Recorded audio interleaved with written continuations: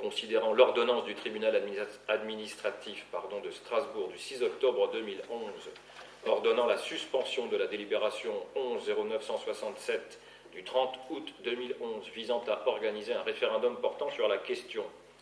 Ouvrez les guillemets, approuvez-vous le projet de restructuration et d'extension de la gendarmerie de Vigy en confiant cette opération à Mosellys ainsi que cela a déjà été voté par le conseil municipal le 7 novembre 2008 sur proposition du maire actuel. Point d'interrogation, fermez les guillemets, et fixant la date du scrutin au 30 octobre 2011, suspension au motif que moins de 2 mois sépare la date du 1er septembre, date de transmission de la délibération représentant de l'État, de celle du 30 octobre, date envisagée de la consultation des électeurs, le référendum ne pouvant légalement intervenir avant le 1er novembre. Je souhaitais donc rappeler au conseil municipal les données essentielles du projet de restructuration et d'extension de la gendarmerie de Vigy en maîtrise d'ouvrage communal tel que présenté lors de la réunion publique du 2 avril 2011 et après réactualisation des données financières. Il a bien entendu été représenté dans ses aspects financiers, me semble-t-il, le 19 août 2011. Il a été représenté à l'identique le 30 août 2011. Je crois qu'aujourd'hui le schéma est clair. La question est de savoir si Vigy confirme ou non une candidature à réaliser cette opération de restructuration en maîtrise d'ouvrage communal dans le cadre d'un décret qui traite de 2 éléments, les subventions que la commune peut percevoir si elle est candidate et du loyer qui sera versé si l'opération aboutit. Il ne s'agit donc bien entendu que d'une simple candidature. Il n'est pas du tout, même s'il est très probable, mais il n'est pas forcément acquis que la candidature sera suivie de la signature du contrat. On est dans un cas similaire à une demande de subvention, toute proportion gardée, avec le conseil régional ou le conseil général. Pour demander une subvention, il faut dire « ok, on y va, on a l'intention de le faire et on demande les aides ». Donc vous voyez tout le delta, je ne sais pas d'où est partie votre idée, mais enfin, condamner a priori, faire passer pour un délinquant qui aurait outrepassé le code des marchés publics et favorisé des opérateurs économiques. Pour l'instant, il n'y a pas l'ombre d'un opérateur économique, il y a surtout la question de savoir si, alors qu'il n'y a plus qu'une seule façon de restructurer cette gendarmerie et de lui donner toutes les chances de rester, cette décision sera-t-elle prise ou cette décision ne sera-t-elle pas prise, ce qui aura donc pour conséquence immédiate la caducité de la possibilité d'être aidé par l'État à hauteur de 420 000 € et la clôture de l'autorisation de programme obtenue en 2007 par Marie-Jo Zimmermann et que j'ai moi-même réussi à proroger à plusieurs reprises. Donc la question qui se pose aujourd'hui est extrêmement simple.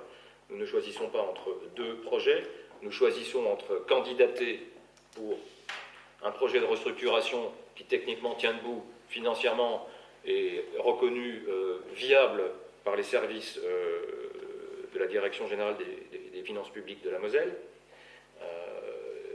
et donc transmettre avant la fin du mois une candidature au commandement de la Direction générale de la gendarmerie nationale, qui sera donc gérée certainement maintenant par le ministère de l'Intérieur, qui nous répondra dans un délai que je ne maîtrise pas, pour dire bon ben ok, vous avez fait acte de candidature dans un cadre que vous connaissez, vous avez un plan de financement, le projet, nous, techniquement, on a vérifié, c'est ce qu'il nous faut, eh bien, je vous propose que nous signions cette convention d'objectifs. À vous de la construire et à nous de vous aider à hauteur des subventions promises. Voilà.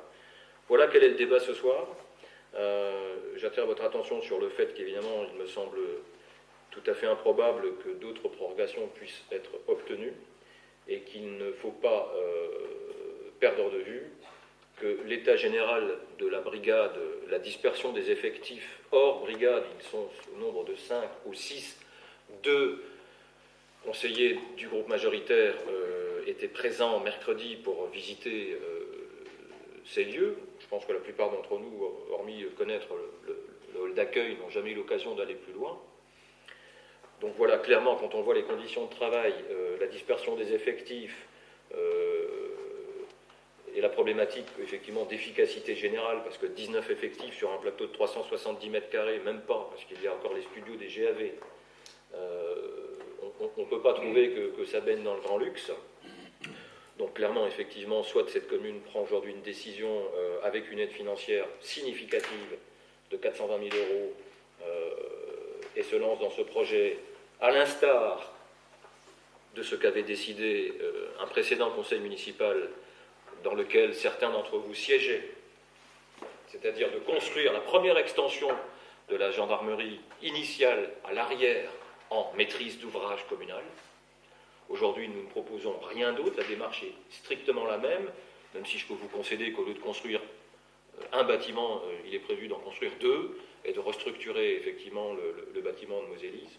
Le montage financier, il a été rendu public, il est en ligne sur tous les supports numériques, que ce soit le site de la commune ou les blogs des uns et des autres. Il a été très largement publié, les chiffres n'ont absolument pas changé. Je crois qu'il y a peu de communes, je dirais en conclusion, qui se retrouveraient, qui puissent se retrouver dans un contexte aussi favorable que Vigy, pour plusieurs raisons. Primo, Vigy est propriétaire de l'extension à l'arrière. Le bâtiment est payé, il est amorti, il appartient à la commune. Donc on n'a pas besoin de créer ces appartements.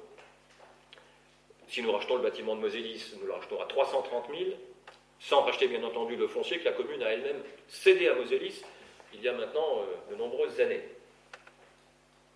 Ce qui veut donc dire qu'on a la maîtrise du foncier qui appartient déjà à la commune, que l'on est propriétaire d'une bonne partie du futur projet, que les conditions de rachat du bâtiment de Mosélis, deux plateaux de 370 mètres carrés, 330 000 euros, ça me paraît certainement pas le prix le plus bas qu'on aurait pu espérer, mais c'est loin d'être une proposition indécente. Ce qui veut dire qu'à 2 350 000 euros de coût total de projet, y compris le rachat du bâtiment de Mosélis, il me semble qu'il n'y a pas une commune qui s'en sortirait aussi bien.